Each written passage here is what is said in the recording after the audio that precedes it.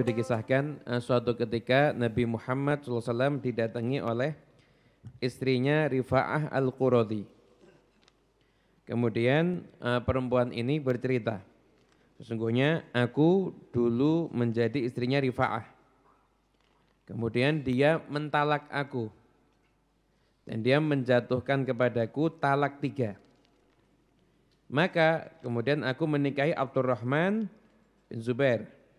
Namun pernikahanku dengannya itu hanya pernikahan sesaat. Hanya pernikahan sesaat saja. Diibaratkan dengan potongan kain yang belum ditenun.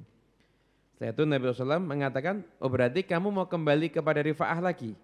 Nabi tidak boleh sampai kamu dan suamimu yang baru ini sudah saling berhubungan. Baru kamu diperbolehkan kembali lagi kepada suamimu yang pertama. Kemudian setelah itu ketika Nabi SAW menyampaikan ini, di situ ada para sahabat Nabi SAW.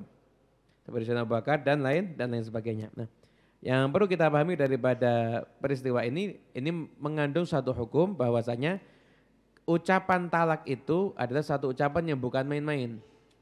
Karena ketika ucapan talak itu sudah dijatuhkan, maka ada konsekuensinya. Apabila sudah dijatuhkan 3 kali, entah berturut-turut atau tidak, ketika sudah jatuh talak 3, maka istri itu nggak bisa kembali lagi ke suaminya. Harus selesai masa iddahnya dulu dari suami yang pertama, nikah lagi sama suami yang kedua.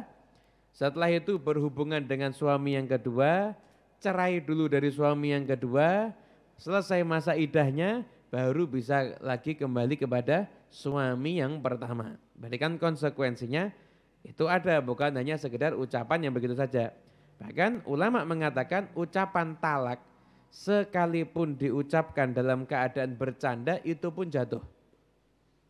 Apabila menggunakan lafadz yang sharih, lafadz yang jelas, itu jatuh. Permisalan, ini hanya permisalan, ada orang bercanda sama temannya, ditanya, mana istrimu?